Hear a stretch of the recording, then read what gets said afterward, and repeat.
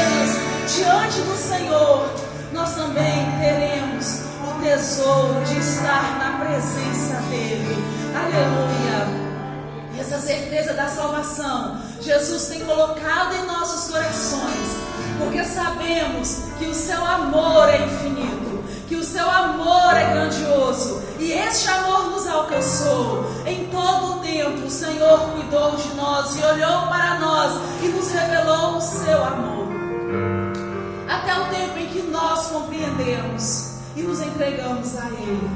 Aleluia. Estamos aqui porque o Senhor revelou a nós o seu amor. Estamos aqui porque entendemos o seu amor, porque aceitamos o seu amor. Não há mentiras que possam nos afastar do Senhor. Não há barreiras que possam impedir que nós estejamos com Ele. Isso é maravilhoso.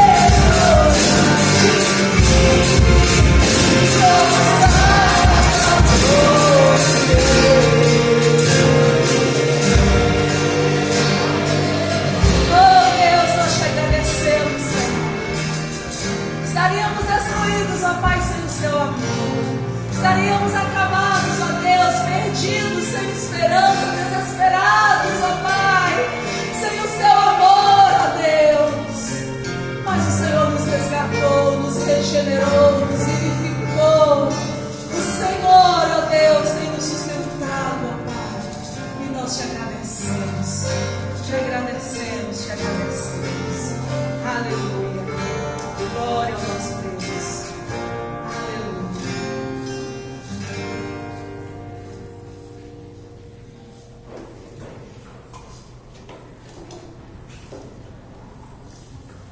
Meus irmãos, a paz do Senhor Jesus. Amém.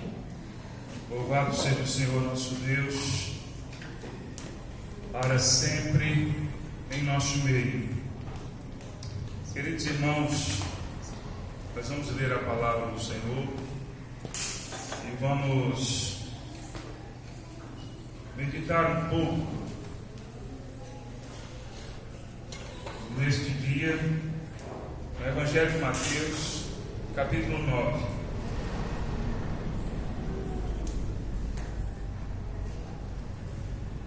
Evangelho de Mateus, capítulo 9, versículos 36, 37 e 38.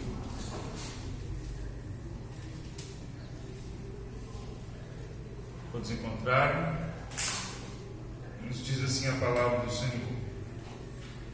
Vendo ele as multidões, compadeceu-se delas, porque estavam aflitas e exaustas, como ovelhas que não têm pastor. E então se dirigiu a seus discípulos: a seara, na verdade, é grande, mas os trabalhadores são poucos. Rogai, pois, ao Senhor da seara que mande trabalhadores para a sua seara. Amém. O Senhor nos abençoe por meio da sua palavra. Meus amados irmãos, eu quero chamar a atenção que nessas últimas quintas-feiras nós temos falado sobre o nosso testemunho, temos falado sobre a nossa vida cristã em meio ao mundo em que nós vivemos. E eu quero ainda nesse tema falar sobre a nossa missão.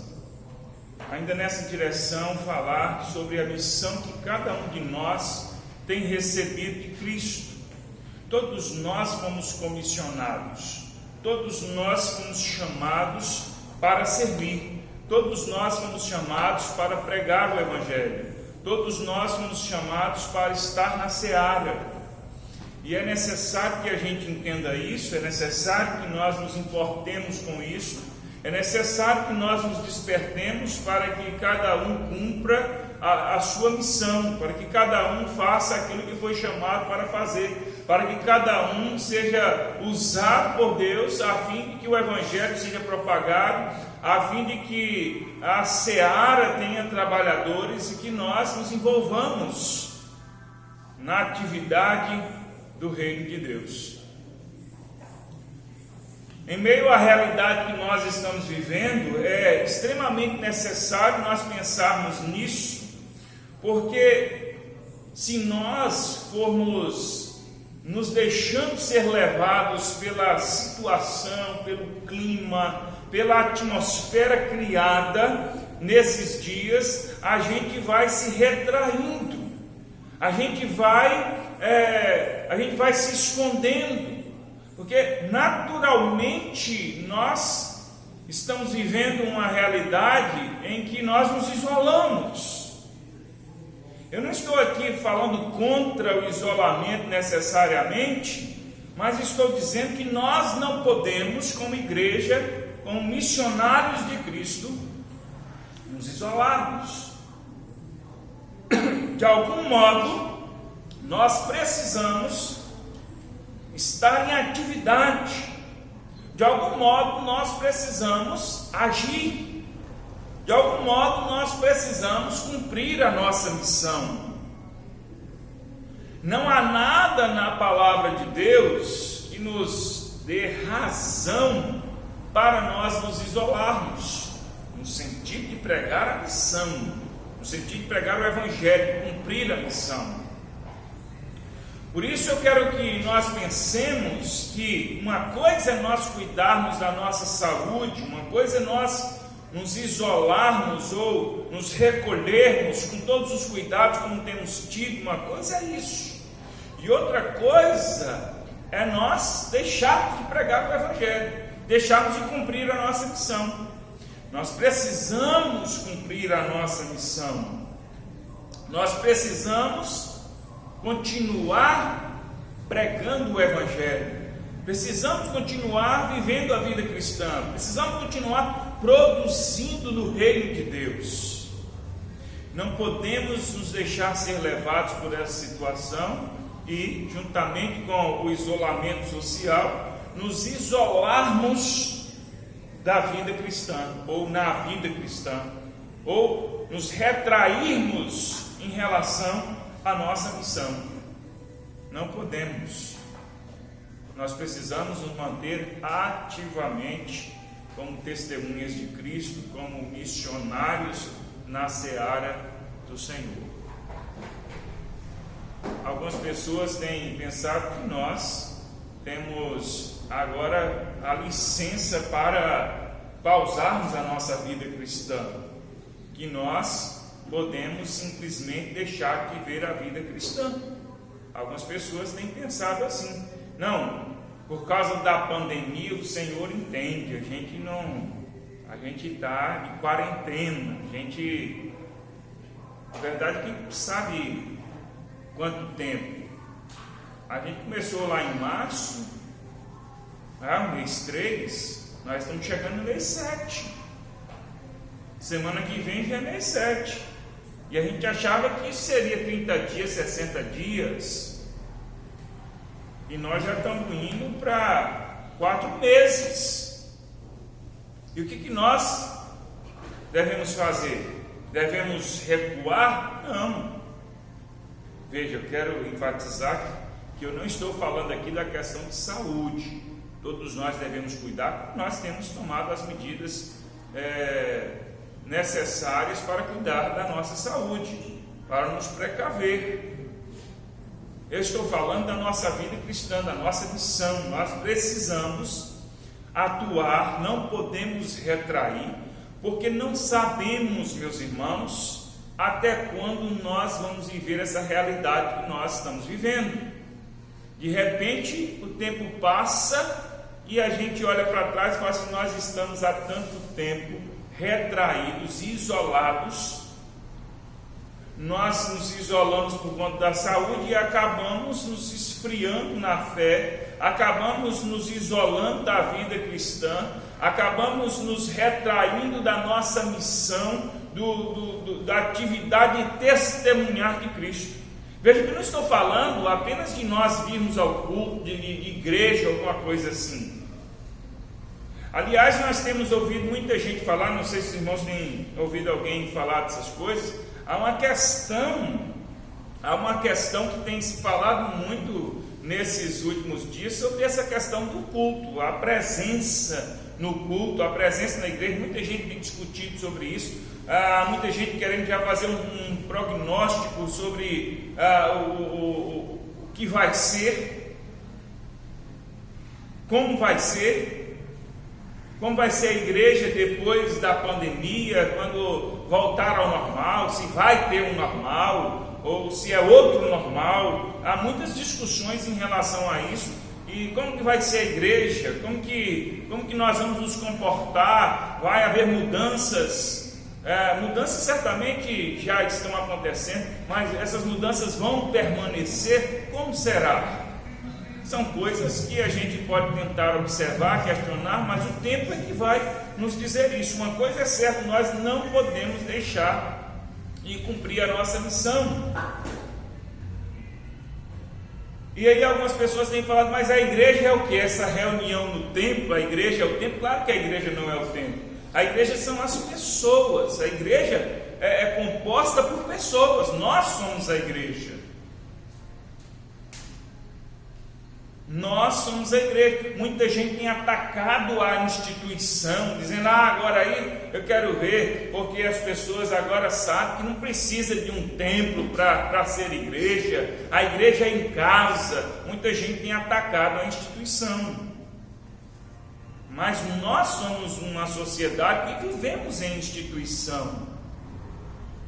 Nós vivemos com instituições. Nós, é claro, não estamos aqui dizendo que você, para ser crente, você tem que estar aqui sentado nesse banco. Isso é apenas uma parte da nossa vida. Isso é apenas uma parte da nossa vida cristã. Nós escolhemos congregar, obedecendo a palavra de Deus. Congregar é uma parte da vida cristã. Nós nos ajuntamos. Poderíamos nos ajuntar em casa? Poderíamos. Mas nós construímos uma casa com espaço adequado para nós nos reunirmos, para nós congregarmos, para nós estarmos juntos. Isso é parte da vida cristã. A vida cristã acontece todos os dias, em todos os lugares, em todas as horas. Então nós não sabemos como será pós a pandemia. Nós não sabemos que vai permanecer, quais mudanças vão ser perenes e quais vão cair. Nós não sabemos. Não sabemos se para o resto da vida vamos usar máscaras na rua, nos cultos. Não sabemos.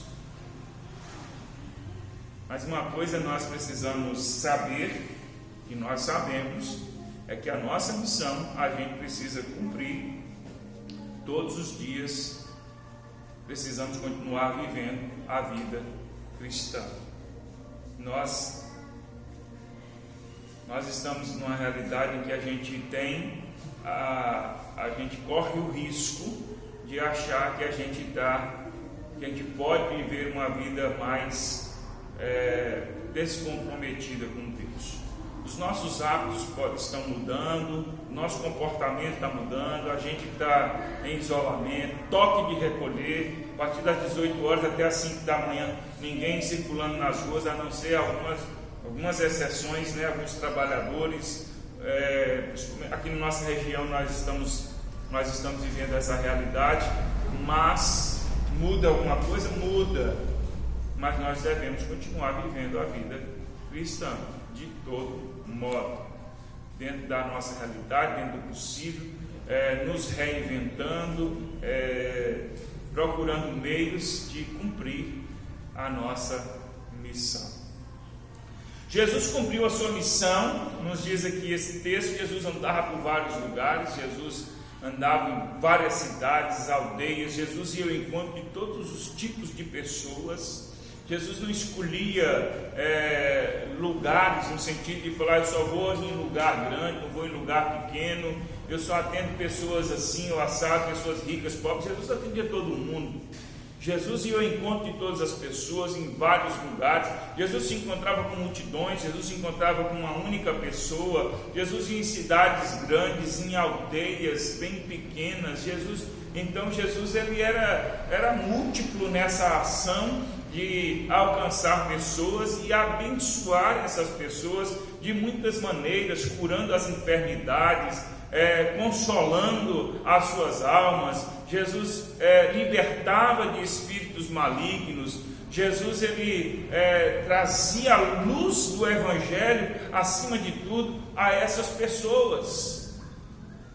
Então Jesus cumpriu a missão e ele preparou discípulos para que cumprisse também a missão. E nós temos aqui nesse texto, nesse contexto, Jesus enviando os seus discípulos, enviou os 12, enviou os 70, enviou vários discípulos para que pudessem pregar o Evangelho, lhes ensinando a cumprir a missão.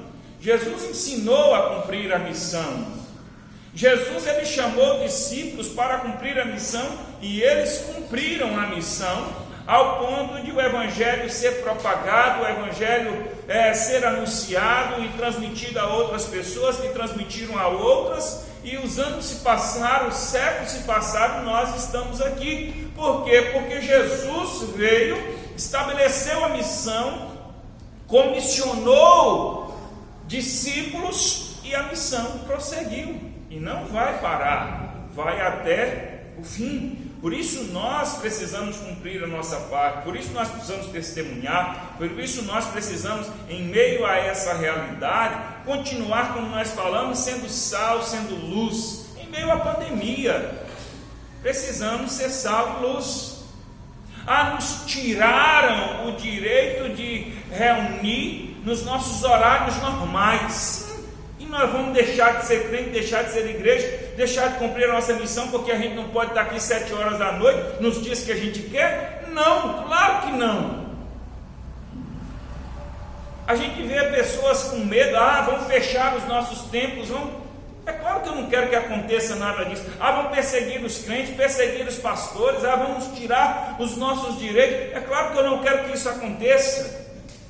Mas se acontecer, nós vamos deixar de ser crente? Nós vamos deixar de ser igreja? Nós vamos deixar de cumprir a nossa missão? Nunca. De maneira nenhuma. Isso é como uma família. Uma família bem estabelecida, não é a família porque ela tem uma casa, porque na casa tem uma cama, tem um sofá, porque na casa tem um fogão, tem uma geladeira. Ela é a família independentemente disso. Mas nós estamos falando da casa, das coisas da casa, do conforto. É claro, isso tudo é muito bom. Seria bom que toda a família tivesse uma casa, tivesse um conforto, mas ela não é a família por causa disso. Nós somos igreja independentemente disso. E se tivermos que passar por qualquer situação adversa que ainda não estamos passando, nós haveremos de continuar sendo igreja, adorando ao Senhor, cumprindo a nossa missão. Nós não restringimos a vida cristã ao culto, ao templo, ou nos tornamos dependentes do templo. Eu não estou pregando aqui contra o templo, contra o culto de maneira nenhuma. Aliás, eu reclamo daqueles que não vêm ao culto. Inclusive, tem muita gente que pode vir ao culto e não vem. Tem muita gente que pode estar aqui e não está. Talvez não no dia de hoje, que é dia de trabalho, mas no domingo, muita gente pode estar, como antes da pandemia, muita gente que fica em casa, muita gente que não congrega, muita gente que acha que pode ser crente sem congregar, sem estar juntos, sem a comunhão, sem estar aqui para cantarmos juntos, orarmos juntos, compartilharmos a palavra juntos. Há muita gente que acha que pode. Eu posso ler a palavra em casa? Pode. Eu posso orar em casa? Pode. Claro que você pode. Não só pode, mas como deve. Eu para falar com Deus eu não preciso de ninguém. Exatamente. Mas essa é uma parte da vida cristã. Mas e como você cumpre uns aos outros? Como você cumpre tudo que a Bíblia fala de nós termos comunhão, de nós orarmos uns pelos outros, de nós ajudarmos uns aos outros, se nós não estarmos juntos? Como você realiza a realidade de congregar? Se você pode fazer tudo sozinho, você não congrega sozinho. Congregar é estar com o outro. Como você diz, eu faço parte do corpo de Cristo, se você vive sozinho? Então não estou falando aqui contra o culto, não estou falando contra nós nos reunirmos, eu estou falando que a nossa missão e a nossa vida cristã é muito além disso, e que tudo isso é importante. O texto que nós lemos então, Jesus está cumprindo a missão e ele orienta os seus discípulos, mostra aos seus discípulos a razão de cumprir a missão. Mostra aos seus discípulos que eles precisam cumprir essa missão. E eu quero aqui dentro desse texto que nós lemos, que diz que Jesus, vendo as multidões, se compadeceu delas, porque estavam aflitas e exaustas, como ovelhas que não têm pastor. E ele então vira para os discípulos e fala assim: a seara na verdade é grande, mas os trabalhadores são poucos.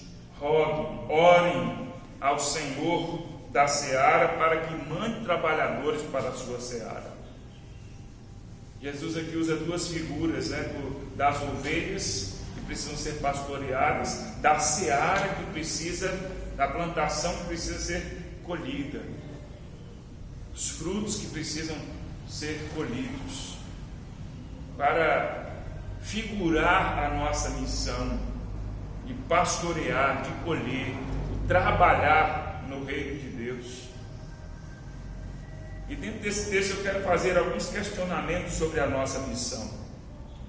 Quero fazer alguns questionamentos para que a gente pense, para que a gente reflita, para que a gente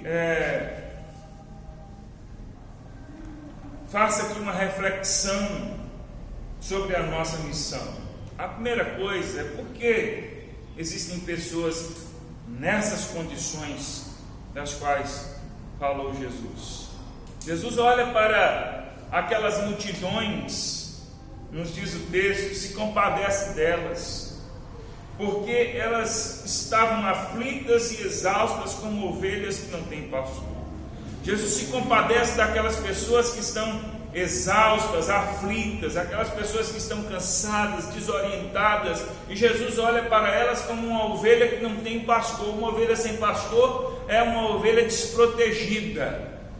Jesus está usando a figura daquele animalzinho mesmo, que tinha o cuidador dela, era o pastor, e essa ovelha sem pastor, ela fica sem direção, ela é totalmente desprotegida. A ovelha é um dos animais mais frágeis que tem, que não tem senso de direção, que não vai e volta sozinha, que não tem senso de perigo. A ovelha, se vê o lobo vir, ela não foge, ela não entende a ameaça. A ovelha, se ela caminhar em direção a um precipício, ela cai, ela não tem noção do perigo. Então, uma ovelha sem um pastor para conduzi-la é uma ovelha totalmente vulnerável. E é assim que Jesus está olhando para essas pessoas, pessoas que estão vulneráveis, pessoas que estão desprotegidas, pessoas que estão aflitas. E por que existem pessoas nessas condições? Por que existem pessoas desta forma? Porque Jesus encontra essa realidade, e essa é a realidade de hoje, essa é a realidade de agora, essa é a realidade depois de tantos séculos. Nós também podemos olhar e ver pessoas assim. Por que existem pessoas nessa condição? Certamente porque somos pecadores, certamente porque nós somos frágeis, certamente porque nós somos necessitados. E a reação natural de Jesus é que ele se compadece, ele tem misericórdia, ele fica condoído com aquelas pessoas. Jesus tem compaixão dessas pessoas, Jesus sente por aquelas pessoas. Então, em relação à nossa missão, por que existem pessoas assim? Porque nós somos pecadores frágeis, nós somos vulneráveis. E aqui está uma das razões da nossa missão. Porque nós somos pecadores. A Bíblia nos diz: todos pecaram e por isso carecem da glória de Deus. E nós poderíamos dizer aqui que nós carecemos da compaixão de Cristo. Nós poderíamos dizer aqui que nós vivemos essa mesma realidade hoje. Todos nós que somos pecadores precisamos da compaixão de Cristo. E há muitas pessoas que sem Cristo elas estão como ovelhas sem pastor. Ovelhas que estão perdidas, desnorteadas, aflitas, cansadas, sobrecarregadas. E é por isso que Jesus nos mostra aqui que precisamos cumprir a nossa missão. Por isso Jesus diz que nós somos sal, que nós somos luz, porque existem pessoas aflitas, cansadas, sobrecarregadas, existem pessoas sem direção.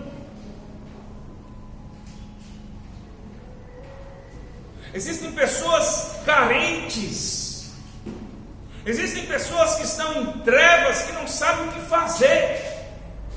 Quando a gente fala que pessoas estão em trevas, a gente não está falando simplesmente uma realidade de que ela é do maligno, que essa pessoa está no inferno, que essa pessoa ela está dominada pelo diabo. ela está sem direção, é como se ela estivesse realmente no escuro, ela não consegue ver, ela não consegue enxergar a realidade da sua própria vida, ela não consegue enxergar a condição em que ela se encontra. E é isso que Jesus está falando, nós precisamos cumprir a nossa missão, porque existem pessoas aflitas, existem pessoas desnorteadas. Existem pessoas que estão sem direção. Jesus vivia numa realidade em que havia muitos religiosos, principalmente os fariseus, aos quais Jesus chamou muitas vezes de hipócritas, porque eles pregavam uma coisa, pregavam muitas coisas boas, bonitas, mas não viviam. E viviam numa religiosidade que não se misturava com outras pessoas. Os fariseus não se importavam com pessoas que estavam aflitas, com pessoas que estavam sobrecarregadas, com pessoas que estavam exaustas, com pessoas que estavam desnorteadas. Eles apenas se importavam em cumprir a religiosidade deles e colocar sobre os outros fardos para eles carregarem e que eles mesmos não conseguiam carregar.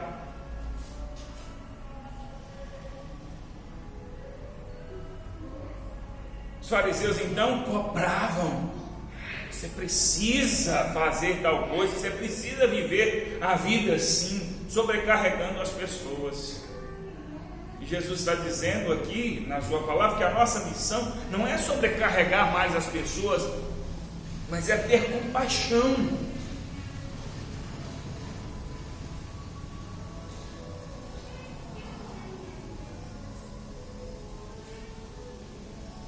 Por isso que tantas vezes a gente fala da cultura evangélica. Quando eu digo cultura evangélica, é que não é ensinamento bíblico. E não estou dizendo que cultura evangélica é tudo ruim, não. Nós temos cultura. Cultura são hábitos, costumes, são práticas que nós fomos desenvolvendo na nossa história, na nossa caminhada. Nós fomos cultivando hábitos, costumes, práticas. Algumas coisas boas, outras ruins, algumas coisas que não ferem princípios bíblicos e outras coisas que ferem princípios bíblicos. E dentro da nossa cultura evangélica, nós temos cultura farisaica, que ao cumprirmos a nossa missão, nós não agimos com compaixão.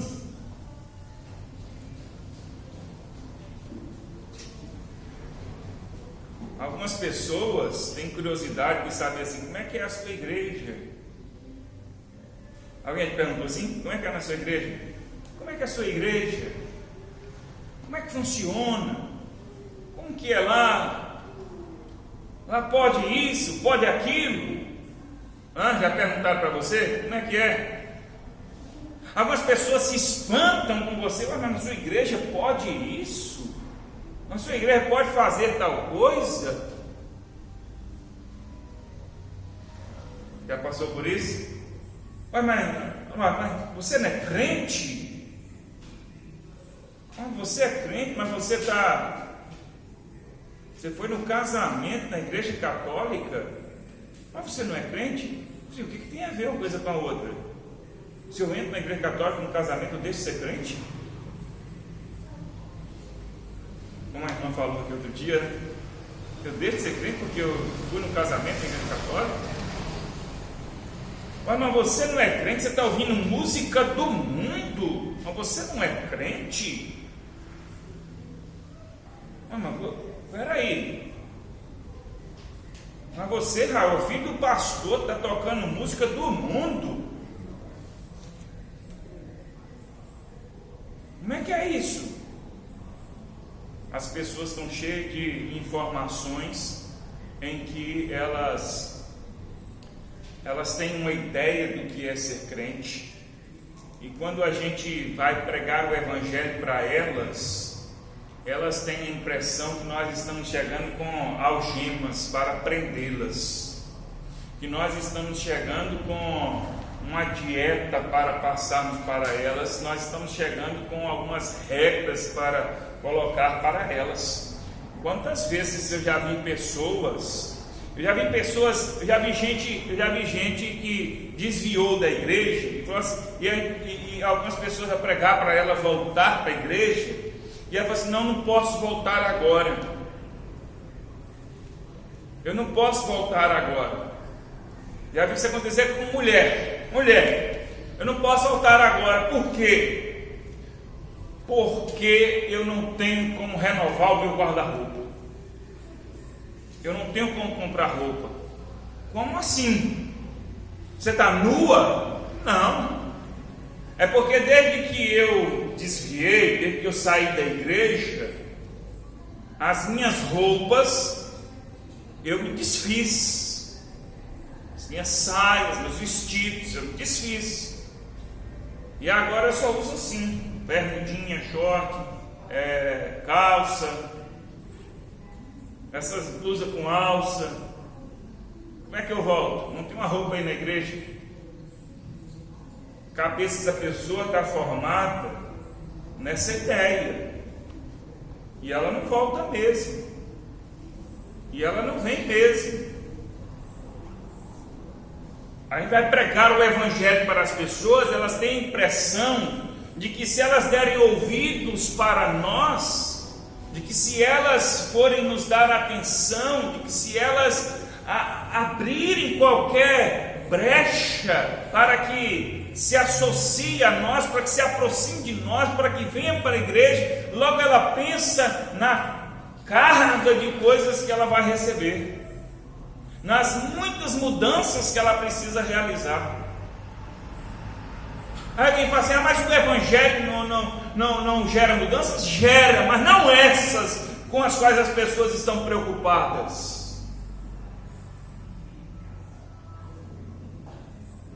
Não essas que realmente são fardos.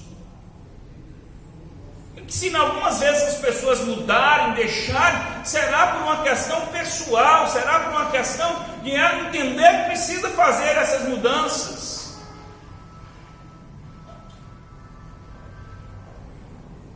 Mas as pessoas logo pensam assim: eu não vou porque existem as coisas mais absurdas, até outras menos absurdas. Você é crente, pensa comigo, uma pessoa lá fora, pensa comigo, se você estivesse lá fora, talvez você já tenha vivido essa experiência, tá? Lá fora que eu falo é você não ser crente, lá fora da igreja. Aí você pensa no povo crente, aí você pensa assim: eu seria crente um dia? Não seria não. Não seria, porque aí eu penso logo nas roupas, na comida, na bebida. Aí o sujeito fala assim: eu fumo. Você sabe o que é? Talvez alguém aqui saiba o que é você largar um vício, como por exemplo o cigarro. Você acha que é uma coisa assim fácil?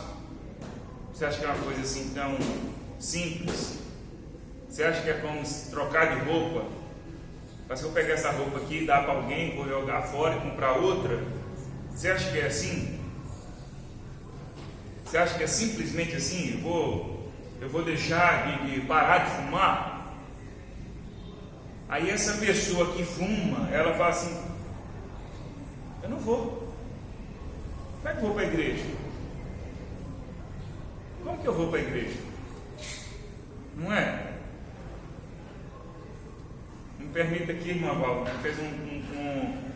nós fizemos alguns anos atrás um encontro de casais lá em Guaratiba, e a irmã Val ficou São Luís para ir, e daí, uma das coisas que a irmã Val falou assim: ele falou que vai, mas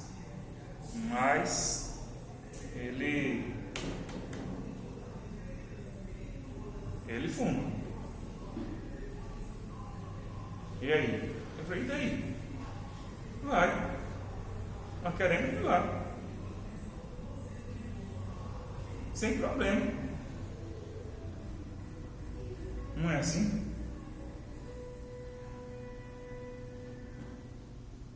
E as pessoas têm essa coisa de... não estou falando das pessoas não, elas têm essa visão realmente. E você sabe o que é largar um vício? Se a gente não tem compaixão, se a gente não entende, se a gente não abraça essas pessoas, se a gente não compreende que essas coisas, se a gente não compreende que essas coisas, elas não funcionam como nós imaginamos, a gente não consegue alcançar as pessoas.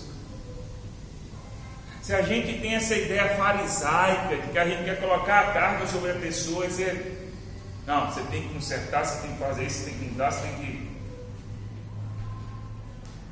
Isso não é missão, irmãos. Isso não é o evangelho pregado por Jesus, não é o evangelho ensinado por Jesus.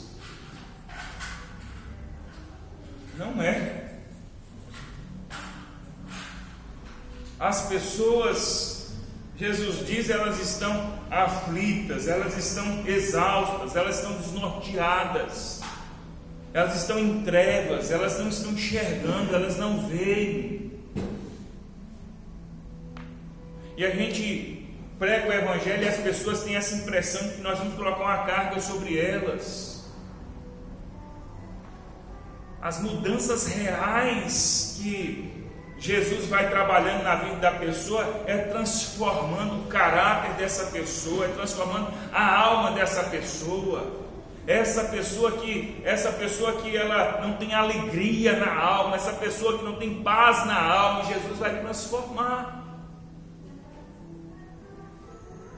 Essa pessoa que vive nesse mundo e não tem esperança nenhuma, ela não sabe o que vai ser da vida dela. Essa pessoa que o tempo está passando, ela chegou 50, 60, 70, 80 anos e ela sabe que o fim da vida dela está chegando e ela não encontrou nenhuma razão, nenhum sentido para a vida, e ela não sabe o que vai ser quando morrer. São essas transformações que Jesus vai fazendo na vida da pessoa e tantas outras mais. E de quebra Jesus vai libertando também dos vícios.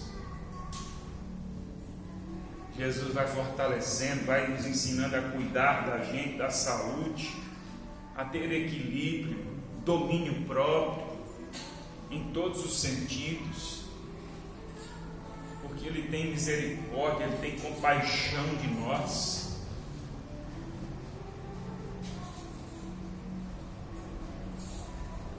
Quando eu me converti era na igreja pentecostal, e a ideia que tinha é assim, batista pode tudo, né? E até hoje é assim.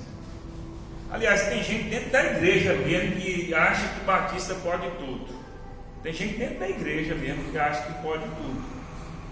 Não é uma questão de poder tudo.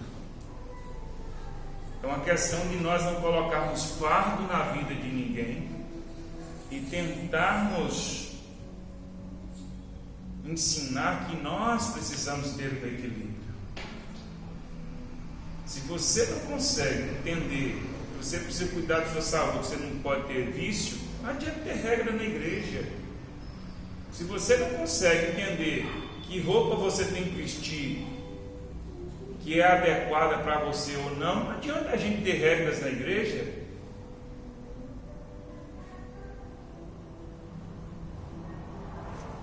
Então existem pessoas assim, meus irmãos,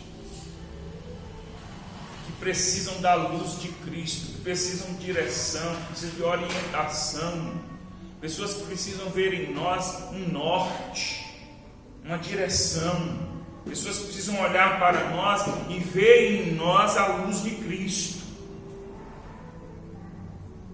Pessoas estão assim porque nós somos pecadores, porque nós temos dificuldades na vida e todo mundo tem, nós somos vulneráveis.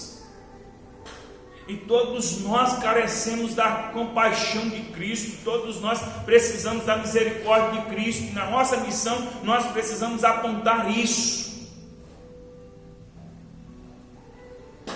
A gente às A gente às vezes prega o Evangelho assim, como se a pessoa precisasse fazer alguma coisa. Você precisa fazer isso. É assim que as pessoas têm recebido o Evangelho. Ser crente significa que eu tenho que fazer muita coisa, que eu tenho que mudar muita coisa. E a mensagem é: você ser crente, você vai receber muita coisa. Receber não é dinheiro, casa, coisas materiais, como muita gente tem pregado, e não. Aliás, a ideia é certa, né? Porque nós gostamos de receber, não é? Mas nós precisamos pregar o Evangelho da maneira correta. O que realmente nós recebemos? A graça de Cristo, a compaixão, a misericórdia, a transformação, a regeneração. Para você ser crente, você não precisa fazer nada não, você não precisa dar nada não, você vai receber o amor, a compaixão, a graça, a vida de Cristo. É isso que nós precisamos pregar. É dessa forma que nós precisamos levar o Evangelho, para que as pessoas estejam abertas para receber realmente o Evangelho. Que nós não estamos aqui barganhando, nós estamos falando assim: você quer ser crente? Então toma, carrega essa carga aqui. E eu não estou dizendo aqui que nós não temos responsabilidades. Quer dizer então que a pessoa não faz nada, não tem responsabilidade nenhuma, não precisa mudar nada. Não é isso que eu estou dizendo. É claro que nós temos responsabilidades, é claro que nós passamos por mudanças. Eu falo em relação à nossa missão, a imagem que nós deixamos, a mensagem que nós transmitimos. Precisa ser essa, de que nós somos misericordiosos, que nós temos compaixão, de que nós somos luz e estamos compreendendo quem está em trevas, quem não está enxergando. A gente age como se as pessoas soubessem como nós sabemos. A gente age como se as pessoas estivessem enxergando o que nós enxergamos. Só para concluir, é como um adulto e uma criança.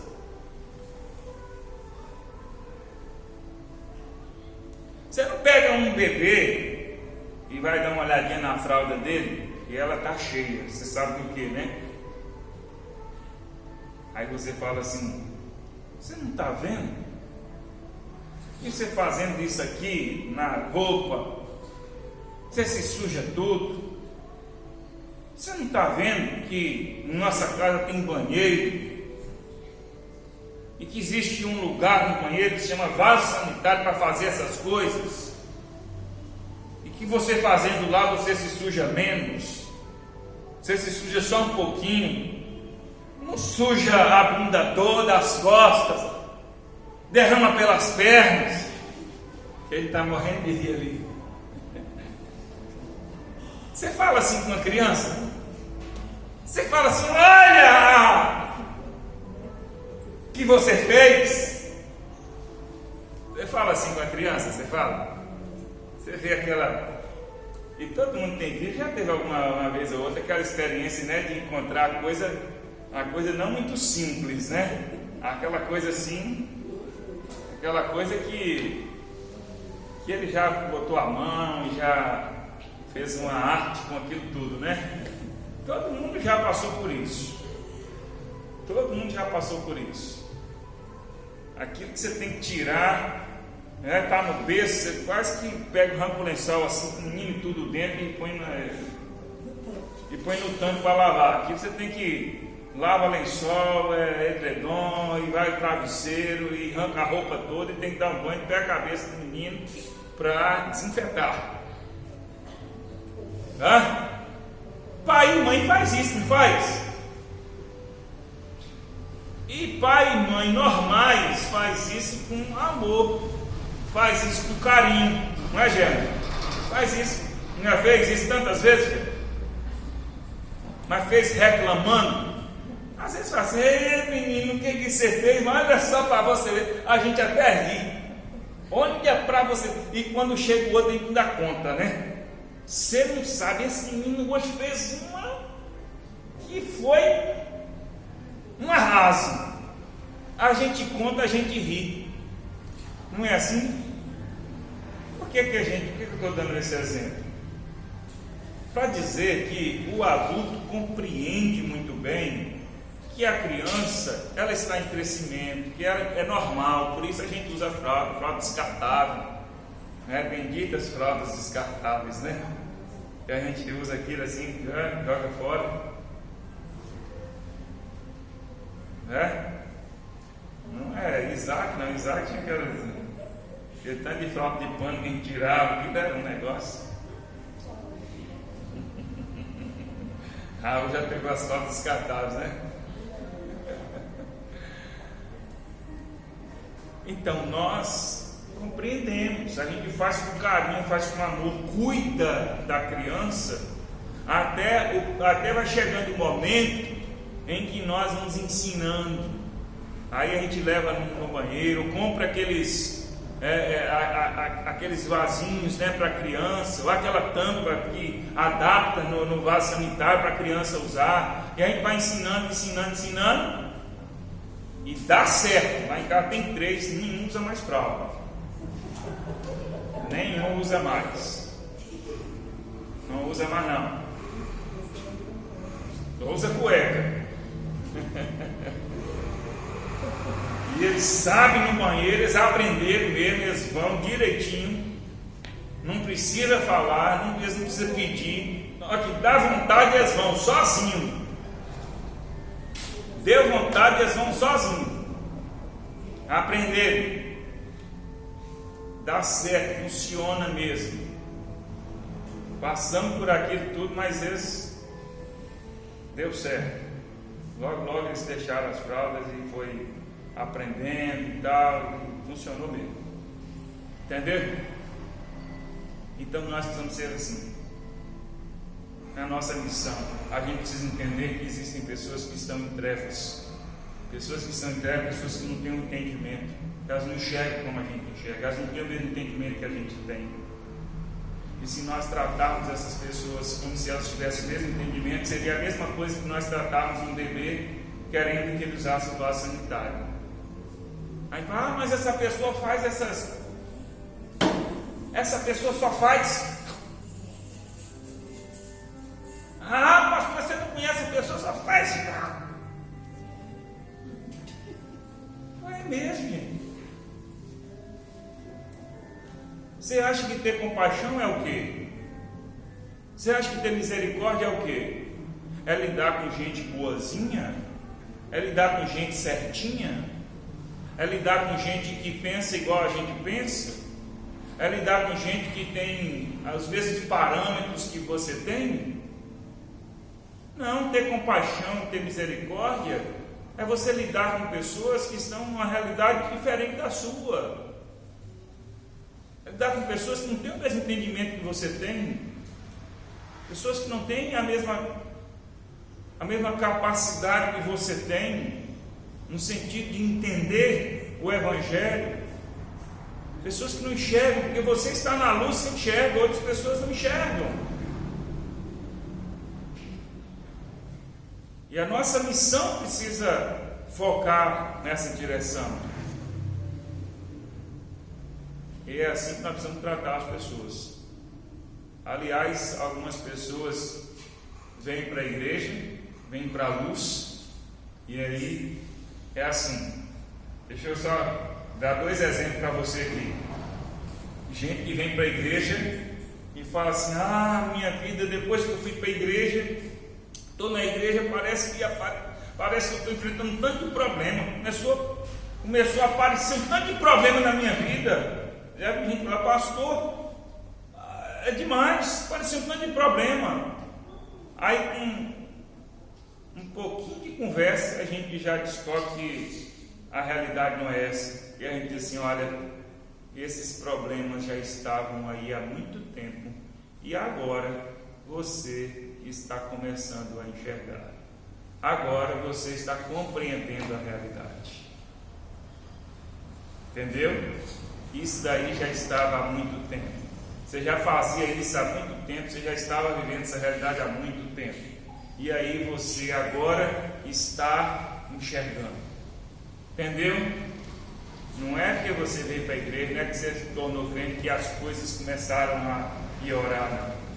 O outro exemplo é gente crente que chega para mim e fala assim: pastor, o diabo está se levantando contra mim. Eu comecei a orar, comecei a jejuar, comecei a ler a Bíblia, comecei a buscar a Deus, e agora o diabo se levantou contra mim. E é muita luta, pastor. É muita luta, muita dificuldade. É só a gente começar a orar, é só a gente começar a buscar a Deus, é só a gente se colocar na presença de Deus, que começa a ter essa dificuldade toda, essa luta toda. O diabo se enfurece. Não, nada disso. Tem nada disso. A questão é que quando você ora, quando você busca a Deus, quando você lê a Bíblia, quando você está diante de Deus, você tem a capacidade de entender e enxergar as coisas com mais clareza. Você acha que o diabo deixou de trabalhar? Você acha que o diabo não está trabalhando? Não. Você acha que o diabo não está furioso contra a sua vida? Não, sempre. Agora, quando a gente começa a buscar a Deus, a gente começa a perceber, a gente começa a agir, a gente começa a peneirar. A gente começa, tem umas coisas aqui que estão precisando ser peneiradas. O diabo colocou aqui. Não, não foi o diabo que colocou, não. Se foi ele que colocou, já estava ali. Entenderam? Por que nós temos que fazer a nossa missão? Porque existem pessoas carentes, pecadoras, como todos nós somos, pessoas aflitas, em trevas, pessoas que precisam de compaixão. Eu não estou aqui chamando as pessoas de coitadas, só estou dizendo que é da nossa natureza. E Jesus nos ensina que a missão é se ajudar um ao outro, é nós estarmos juntos, nós darmos as mãos. E não é só para quem é descrente, não. Nós continuamos, quando nós nos tornamos crentes, nós continuamos nessa mesma dinâmica. Quem é crente foi comissionado por Jesus para ir lá e falar com o descrente: olha, tem um caminho. Jesus é o caminho, Jesus é a verdade, Jesus é a vida. Nós fomos comissionados para fazer isso, estender a mão, ter compaixão, misericórdia das pessoas. E quando essas pessoas entram por esse caminho, a gente continua tendo a mesma atitude, ajudando uns aos outros, tendo comunhão uns com os outros, cuidando uns dos outros, corrigindo uns aos outros, como a Bíblia nos ensina. Se alguém peca, a gente cuida. É assim que nós temos que fazer uns com os outros. Se alguém está fraco, a gente ajuda a se fortalecer. Continua essa ação, essa missão, ela continua entre nós. Amém? Que o Senhor possa nos abençoar. Na semana que vem a gente prossegue, colocando mais um questionamento para refletirmos sobre a nossa missão do Reino de Deus. Fica de pé no seu lugar, vamos cantar um cântico e em seguida estaremos encerrando. Nós vamos cantar um cântico e, enquanto isso, se você trouxe sua contribuição, seu dízimo, sua oferta, você pode trazer gratidão ao Senhor. Quero andar sempre contigo.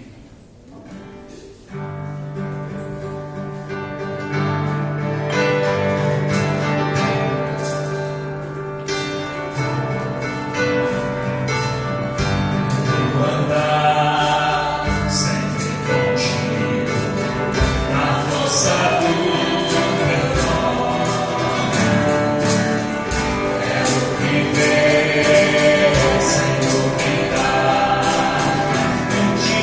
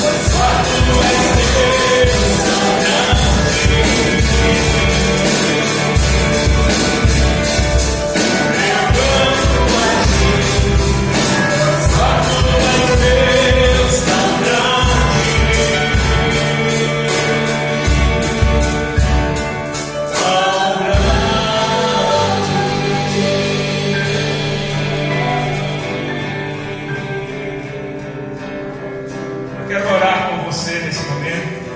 Você que está aqui, você que está acompanhando de casa, quero fazer uma oração juntamente com você. A palavra do Senhor, inclusive no texto que nós lemos, nos ensina a orar, pedir ao Pai, porque Ele é poderoso. Ele é poderoso para nos abençoar. A oração do justo, nos diz a palavra, o Senhor pode muito em seus efeitos. Então, quando nós oramos àquele que é poderoso para nos abençoar. Toque a sua vida diante dele. Quero orar por você, pela sua família. Pedir ao Senhor que te dê graça e forças para que você cumpra a sua missão em Cristo Jesus. Oremos. Pai Celeste, nós te damos graças nesta hora pela tua palavra, pelo teu amor sobre as nossas vidas. Obrigado, Senhor, por estar conosco, pela fidelidade do Senhor. Nesta hora, ó Deus, nós nos apresentamos diante do Senhor. Pedimos pela compaixão e misericórdia do Senhor. E eu sei que o Senhor é fiel e nunca nos abandona. Obrigado, Senhor. Continua nos abençoando porque nós carecemos, necessitamos do Senhor. Meu Deus, nós nos apresentamos diante do Senhor e pedimos que o Senhor estenda as mãos sobre as nossas vidas, mais uma vez, ó Deus, nos dando direção, forças, discernimento e graça para lutarmos e vencermos. Abençoa este irmão, esta irmã, essa família, Senhor. Ó Deus, derrama graça sobre cada um. Abençoa aqueles, ó Deus, que estão enfermos, aqueles que estão lutando, ó Deus, em questões de saúde. Derrama a tua graça, fortalece, dá ânimo, Senhor, em nome de Jesus. Que o Senhor restabeleça a saúde de cada um conforme a tua vontade, Pai. Em nome de Jesus. Abençoa o trabalho de cada um, ó Deus, que o Senhor prospere cada um conforme a tua graça. Que o Senhor dê sabedoria para trabalhar, para conquistar e honrar o Senhor em tudo. Meu Deus, abençoa cada família, cada casamento, cada marido, cada mulher, pai, mãe, filhos. Que cada família esteja, ó Deus, coberta pela tua graça. Que cada um, ó Deus, trabalhe para que tenham famílias abençoadas, equilibradas na presença do Senhor. Meu Deus, obrigado por tudo. Que o Senhor continue, ó Deus, nos ensinando para prosseguirmos na nossa missão. Queremos cumprir a nossa missão, independentemente de qualquer coisa, independentemente de qualquer realidade, de qualquer circunstância. Nós queremos viver para o Senhor. Que a tua graça seja sobre todos nós. Que o teu amor nos alcance sempre. Que o Senhor nos perdoe sempre. E que nós, ó Deus, fielmente nos empenhemos para estar na tua presença. Ó Deus, nós somos gratos ao Senhor. Muito obrigado. Nós vamos caminhar na tua presença todos os dias. No nome de Jesus. Amém. Amém. Deus te abençoe. Fique na paz do Senhor Jesus. Domingo, nosso culto às 10 da manhã no templo. Amém.